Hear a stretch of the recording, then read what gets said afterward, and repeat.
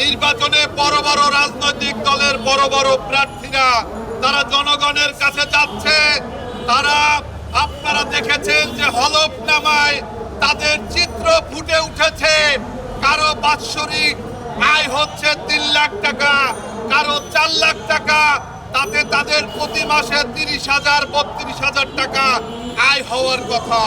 কিন্তু তার পিএসের বেতন হচ্ছে 70,000 টাকা, তার ড্রাইভারের বেতন হচ্ছে 60,000 টাকা, তার বাসার কাজের বুয়ার বেতন হচ্ছে 30,000 টাকা, এবং তার যে বাজারও তার দাম হচ্ছে 2 কোটি 3 কোটি 4 কোটি 5 কোটি টাকা করে তার গাড়ির দাম। তাহলে এই যে জনগণের সাথে প্রতারণা, এবং আগামী কয়েকদিন পরে তারা এই জনগণকে ধোঁকা দিয়ে ভোট নিয়ে তারপরে পার্লামেন্টে গিয়ে তারপরে আগামী নির্বাচনের সময় আবার তারা আপনারা শুনবেন এই মিডিয়ার বন্ধুদের কল্যাণে তাদের ইনকাম বেড়েছে 1000 গুণ, তাদের ইনকাম বেড়েছে 5000 গুণ, তাদের নিজের যে বউয়ের সম্পদ 2500 গুণ বেশি। এই যে গ্যাস সংকট, এই গ্যাস সংকটের প্রতিবাদে আমরা বাংলাদেশ লেবার পার্টি মনে করেছি যে আমাদের তাৎক্ষণিকভাবে এটার প্রতিবাদ জানানো নৈতিক দায়িত্ব। কারণ আমরা বাংলাদেশ লেবার পার্টি আমরা আনারস মার্কায় নির্বাচন করছি।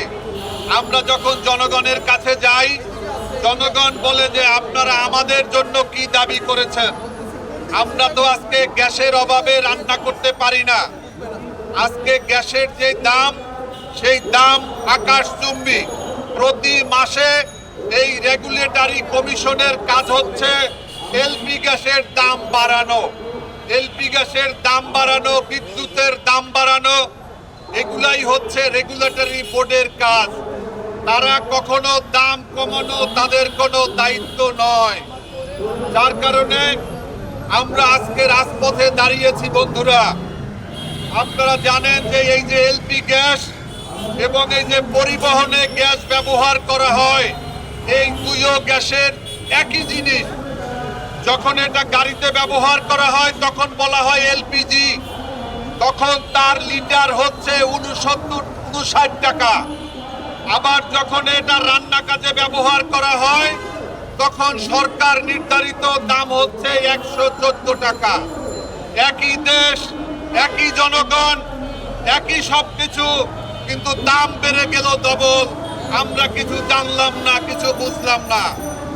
এই গ্যাস যখন বোতলে ভরে, যখন ডিলারদের মাধ্যমে সাধারণ মানুষের কাছে বিক্রি হচ্ছে, সরকারের দাম বাড়িয়ে করেছে 1306 টাকা, কিন্তু বিক্রি করা হচ্ছে 2200, 2300, 2400, 2500 টাকা করে এই গ্যাসের দাম বৃদ্ধি করা হচ্ছে। আজকে জনগণ যেই গ্যাসের দাম হওয়ার কথা ছিল 720 টাকা, সেই গ্যাস 2500 টাকা করে বিক্রি করছে।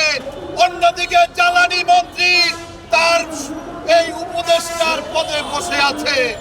আজকে যে জ্বালানি উপদেষ্টার উচিত ছিল এই গ্যাসের দাম নিয়ন্ত্রণে না করার কারণে, ব্যর্থতার কারণে তার পদত্যাগ করা উচিত ছিল। কারণ আজকে আমাদের কেউ পদত্যাগ করবে না, না রাজনীতিবিদ ব্যর্থতার দায় স্বীকার করবে, না এই আমলারা ব্যর্থতার দায় স্বীকার করবে। কারণ যদি কারো এক কান কাটা যায়, রাস্তার এক সাইড দিয়ে হাঁটে, আর এক সাইডে কান আটকিয়ে রাখে হাত দিয়ে। এখন তো সবাই 2 কান কাটা, যার কারণে তারা দেদারছে রাস্তার মাঝখান থেকে এই আমলারা, এই রাজনীতিবিদরা তারা সবাই চলাফেরা করছে। আজকে নির্বাচনে বড় বড় রাজনৈতিক দলের বড় বড় প্রার্থীরা তারা জনগণের কাছে যাচ্ছে। তারা আপনারা দেখেছেন যে হলফনামায় তাদের চিত্র ফুটে উঠেছে। কারো বাৎসরিক আয় হচ্ছে 3 লাখ টাকা, কারো 4 লাখ টাকা, তাতে তাদের প্রতি মাসে 30,000 32,000 টাকা আয় হওয়ার কথা। কিন্তু তার পিএসের বেতন হচ্ছে 70,000 টাকা, তার ড্রাইভারের বেতন হচ্ছে 60,000 টাকা, তার বাসার কাজের বুয়ার বেতন হচ্ছে 30,000 টাকা, এবং তার যে বাজারও তার দাম হচ্ছে 2 কোটি 3 কোটি 4 কোটি 5 কোটি টাকা করে তার গাড়ির দাম। তাহলে এই যে জনগণের সাথে প্রতারণা এবং আগামী কয়েকদিন পরে তারা এই জনগণকে ধোঁকা দিয়ে ভোট নিয়ে তারপরে পার্লামেন্টে গিয়ে তারপরে আগামী নির্বাচনের সময় আবার তারা আপনারা শুনবেন এই মিডিয়ার বন্ধুদের কল্যাণে তাদের ইনকাম বেড়েছে 1000 গুণ, তাদের ইনকাম বেড়েছে 5000 গুণ, তাদের নিজের যে বউয়ের সম্পদ 2500 গুণ বেশি। আমরা দেখেছি আমাদের নেতাদের বউ কোনো চাকরি করে না, কোনো পেশায় নাই, বাসায় গৃহিণী, কিন্তু তার স্বর্ণ আছে 400 ভরি। তিনি নাকি কয়েকশো কোটি টাকার মালিক। তার সন্তান তার ভাই বোন কেউ কোনো কাজ কাম করে না, কিন্তু শত শত কোটি টাকার মালিক হচ্ছে। আর নেতার বাৎসরিক আয় হচ্ছে 3 লাখ টাকা, কারণ তাকে জনগণের সামনে হলফনামা দিতে হবে। এই জন্য তিনি তার ওই ইনকাম ট্যাক্সের ফাইলটিকে এমন ভাবে সুন্দর করে কেসি দিয়ে ঝেঁটে সুন্দর করে রেখেছে যে নেতার চরিত্র ফুলের মতো পবিত্র। তিনি মাত্র 3 লাখ টাকা আয় করেন। আরে ভাই, আমাদের একজন রিকশাওয়ালাও এখন বর্তমানে 30,000 টাকার উপরে আয় করে। আমি বলতে চাই যে আসন্ন নির্বাচনে এখন পর্যন্ত লেভেল প্লেইং ফিল্ড তৈরি হয় নাই। প্রধান নির্বাচন কমিশনার তিনি হাদিকে হত্যার পরে বলেছিলেন হাদির হত্যা নাকি বিচ্ছিন্ন ঘটনা। আমরা দেখলাম যখন এই কক্সবাজারের একজন এমপি প্রার্থীর বাড়িতে কাফনের কাপড় পাঠানো হলো, কারো মধ্যে কোনো কথা, কোনো টু বাক্য আমরা শুনলাম না। আমরা দেখলাম এই যে কাউরান বাজারে স্বেচ্ছাসেবক দলের সাবেক সাধারণ সম্পাদক ঢাকা মহানগরের এই ছেলেটা আমার অত্যন্ত স্নেহভাজন, দীর্ঘকাল যাবৎ তাকে আমি চিনি। গুম হয়েছে একাধিকবার, তার নামে শত শত মামলা আছে, হামলার শিকার হয়েছে এবং তিনি বারবার কারাবরণ করেছে। তাকে হত্যার পরে তার দলের এক শীর্ষ নেতা বলল এটাও নাকি বিচ্ছিন্ন ঘটনা। তাহলে কি ঘটনা হলে আপনারা বুঝবেন যে আগামী নির্বাচনের জন্য এখনো বাংলাদেশ প্রস্তুত হয় নাই? কারণ ঠিক আছে, ওই সমস্ত নেতারা এখনো তার এলাকাতে নির্বাচনী আচরণ বিধি তারা কোনোভাবে তোয়াক্কা করছে না। তারা নিজেদের মতো করে তারা সভা সমাবেশ ব্যানার ফেস্টুন এখনো তাদের ঝুলছে। তাদের বন্ধুরা আমার, আজকে বাংলাদেশের যেভাবে এমপি প্রার্থীদেরকে টার্গেট করে যেভাবে হত্যা করা হচ্ছে, তাতে আমাদের আশঙ্কা হয় আগামী নির্বাচনে বাংলাদেশের রক্তের হোলি খেলা বয়ে যাবে বলে আমরা আশঙ্কা করছি। আমরা দেখলাম গোপালগঞ্জের এক এমপি প্রার্থী, তিনি তার নিজের শরীরের ভিতরে বুলেট প্রুফ জ্যাকেট পরে আছেন। এভাবে কেমন ধরে নির্বাচন করবেন প্রধান নির্বাচন কমিশনার? আপনি প্রত্যেক প্রার্থীকে গানম্যান দিচ্ছেন। 18 কোটি মানুষকে নিরাপদ করতে না পারার কারণে স্বরাষ্ট্র উপদেষ্টার যেখানে পদত্যাগ করার কথা ছিল সেখানে তিনি সুন্দর সুন্দর কথা উড়াচ্ছেন।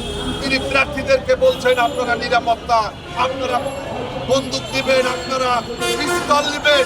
এটা কেন করবেন? আজকে দেশের মানুষ অনিরাপদ। আজকে নির্বাচনের ক্ষেত্র প্রস্তুত করে তারপরে নির্বাচনের ব্যবস্থা করা উচিত ছিল, কিন্তু তা করে নাই। এবং সংগ্রামী বন্ধুরা আমার, আজকে আমাদের যে দাবি, এই যে গ্যাসের যে সিন্ডিকেট, এই সিন্ডিকেট কারা? আপনারা জানেন যে এই এলপি গ্যাস আজকে বোতলে ভরে আজকে 2500 টাকায় যারা বিক্রি করছে, তাদের ভিতরে 1 নম্বর কোম্পানি হচ্ছে বসুন্ধরা গ্রুপ। এই বসুন্ধরার এলপি গ্যাস সেনাবাহিনীকে দেশে ব্যবসা করতে, তাদের আছে সেনা গ্যাস। পুলিশকে দেশে ব্যবসা করতে, তাদের আছে জি গ্যাস। যমুনা গ্রুপকে দিছে, আকিজ গ্রুপকে দিছে। এরকম বাংলাদেশের সেই ইস্ট ইন্ডিয়া কোম্পানির মতো কতগুলো কোম্পানি আছে যারা বাংলাদেশের সমস্ত পণ্য তারা উৎপাদন করবে। আর আমাদের সাধারণ মানুষ, খেটে খাওয়া মানুষ যারা মহল্লার ভিতরে ছোট ছোট ঔষধের দোকান করত, হাড়ি পাতিলার দোকান করত, মুদি দোকান করত, তাদের সমস্ত ব্যবসা বাণিজ্য সব ধ্বংস হয়ে গিয়েছে। আজকে বাংলাদেশকে বাঁচাতে হলে বাংলাদেশের মধ্যবিত্ত শ্রেণীকে বাঁচাতে হবে, নিম্ন মধ্যবিত্ত শ্রেণীকে বাঁচাতে হবে। যেই মানুষগুলো পেটে ভাত নাই কিন্তু গায়ের ভিতরে সে একটি ভালো জামা পরে আছে, কোনো কর্মসংস্থান নাই কিন্তু এমএ পাশ করে ঘুরে বেড়াচ্ছে, এই সমস্ত নিম্ন মধ্যবিত্ত পরিবারগুলোকে আজকে রক্ষার জন্য, তাদেরকে বাঁচানোর জন্য আগামী নির্বাচনকে আমাদের হাতিয়ার হিসাবে গ্রহণ করতে হবে। আমরা এই 54 বছরে দেখেছি বারবার যারা ক্ষমতায় গিয়েছে নির্বাচন আসলেই তারা দ্রব্য মূল্যের ঊর্ধ্বগতি নিয়ন্ত্রণের কথা বলে, নির্বাচন আসলেই তারা বেকার ভাতার কথা বলে। আমরা দেখেছি খুনি হাসিনা 10 টাকা চাউল খাওয়ানোর কথা বলেছিল, 80 টাকা খাইয়েছে। আমরা দেখেছি খুনি হাসিনা ঘরে ঘরে চাকরি দেওয়ার কথা বলেছে, ঘরে ঘরে চাকরি তো দূরের কথা, ঘরে ঘরে লাশ দিয়েছে, ঘরে ঘরে মামলা দিয়েছে, ঘরে ঘরে গুমের আসামি দিয়েছে।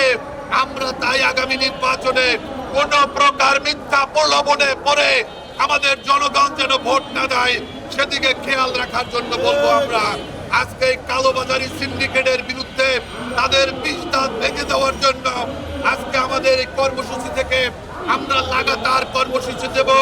আপনারা যারা সাংবাদিক বন্ধুরা আছেন, আমরা মনে করি এদেশের মানুষকে বাঁচাতে না পারলে আগামী নির্বাচন অর্থবহ হবে না। আজকে যারা সকালবেলায় বাসা থেকে নাস্তা করে আসতে পারেননি, যারা গোসল করে আসতে পারেননি, যারা সারাদিনে মহিলাদের, আমাদের মা বোনদের কষ্টের কথা শুনতে শুনতে কান ঝালাপালা হয়ে গিয়েছে, যাদের 750 টাকার এলপি গ্যাস 2500 টাকায় কিনতে হয়, তাদের দৃষ্টি আকর্ষণ করে বলবো লেবার পার্টির প্রত্যেকটা প্রোগ্রামে কষ্ট করে হলেও আপনারা থাকবেন এবং আমাদের এই বক্তব্য জাতির সামনে তুলে ধরবেন। আমরা আজকে এখান থেকে শপথ নিয়েছি, আমরা আমাদের এই এলপি গ্যাস এবং এই গ্যাস সংকটের জন্য আমরা দুর্বার গণ আন্দোলন করে তুলব। বন্ধুরা, আগামী 11 থেকে 15 জানুয়ারি পর্যন্ত রাজধানীর থানায় থানায় মানববন্ধন কর্মসূচি পালন করা হবে।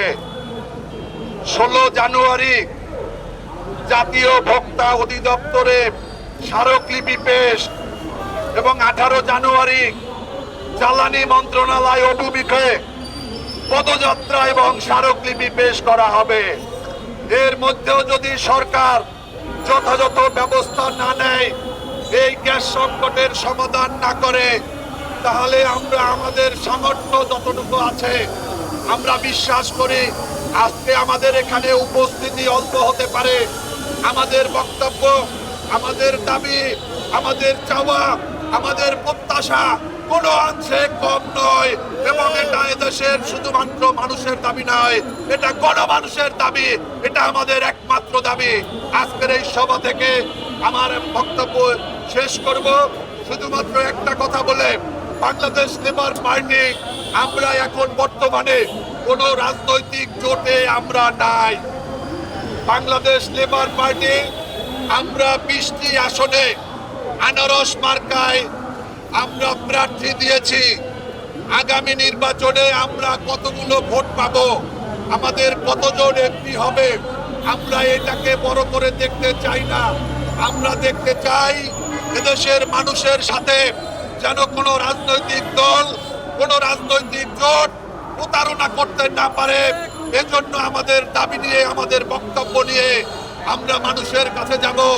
আমরা দ্রব্যমূল্যে ঊর্ধ্বগতির জন্য আমরা এই আমাদের হাসপাতালগুলো, আমাদের স্বাস্থ্য খাতের দুর্নীতি, আমাদের এই যে গ্যাস, তেল, বিদ্যুৎ সহ যে সমস্ত নাগরিক সমস্যা আছে, এই দাবিগুলো নিয়ে আমরা আমাদের প্রত্যেকটা নির্বাচনী এলাকা এবং রাজপথে আমরা সরব থাকবো।